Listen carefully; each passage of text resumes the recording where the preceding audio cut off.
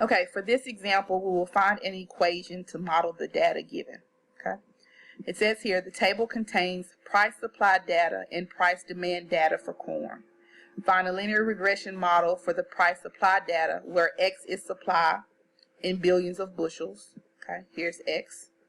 And Y is the price in dollars. Do the same for the price demand data.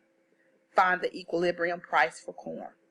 Okay, so for the first example, it says to find a linear regression model for the price supply data where X is supply in billions of bushels and Y is the price in dollars. Okay, so we're going to turn on the calculator and the first thing we want to click is stat.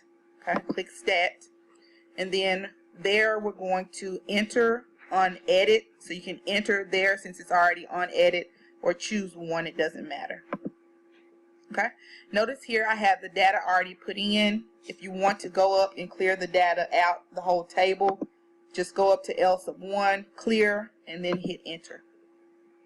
Okay, so for this first one, it says that we're finding a linear regression model for the price data where X is supply. Notice here X is the second column, but this will represent the supply. Okay, I'm sorry, this will represent the first column in the calculator under list 1. Always put your independent variable values under list 1.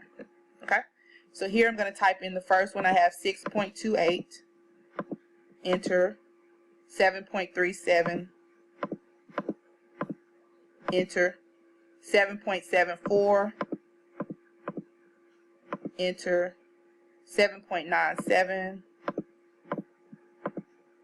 enter, 8.17, and 8.34.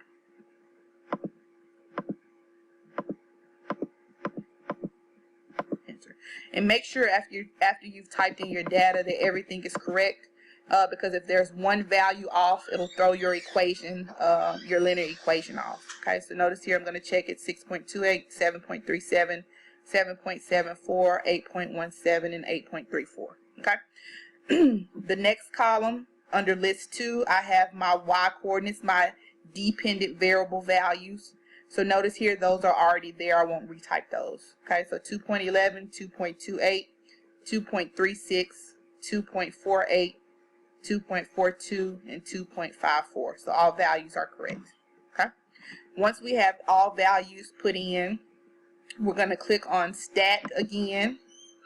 And then once we're on stat, we're going to use the right arrow over to calc, to calculate. And then this is going to be a linear regression model. So we'll go down to 4 and enter, or either we'll just click 4. Okay.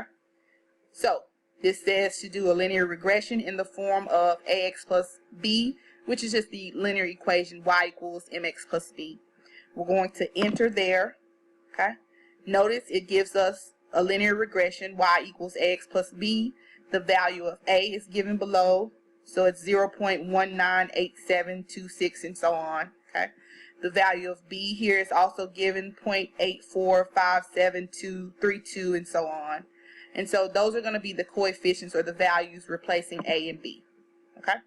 So if you look here, we have y is equal to 0.20x plus 0.85. Here, if I wanted it to just round to 2 decimal places for me on my own, I'd go to, let's see, mode, I'd go to mode, click mode here, and then arrow down to float, and arrow over to 2. Okay? This will round it to 2 decimal places. So then I can go second and mode to quit, second and enter to do linear regression again. Oh, it didn't do it. Let me try it again. So mode, arrow down to float, 2, enter.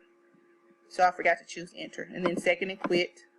Let's do second and enter just to pull up what we've already typed. And then enter again there. Okay. Notice it gives you the values, the correct values here. Okay. So notice I have y equals 0.20x, which is the value for a, replacing a with 0.20, and then plus b in this case, which is 0.85. Okay, and it's the value there. Okay. We do the same thing with the price demand. Okay. So let's go to stat and then edit. And then we're going to clear the list because we'll type in a different set of data. So I'm going to go up to L1, clear, enter. Then I'll go over to L2, clear, and enter. And it'll clear out my data so I can type in another set. Okay. Okay, so go ahead and type this. I'm going to pause it so I can type all of this out. But make sure you check everything before you do your linear regression. Okay, so now that I have my data in, let's look at the second example. It says to find a linear regression model for the price demand data where X is demand. So in this case, we're looking at the second group. Here's my X. Here are my X values. So these will be the values under list 1, okay, which I have here. And then it says where X is in demand and Y is in price. So these will be my Y values, my dependent values under list 2, second column here. Okay. So just double check everything to make sure all my data is correct. All numbers are correct.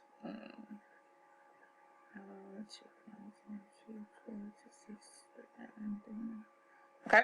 And then once you have all of the correct data, here I think we changed the mode. I'm going to change the mode back from float. So I'll just enter there. Okay, but I'm going to do the same thing. I'll click stat.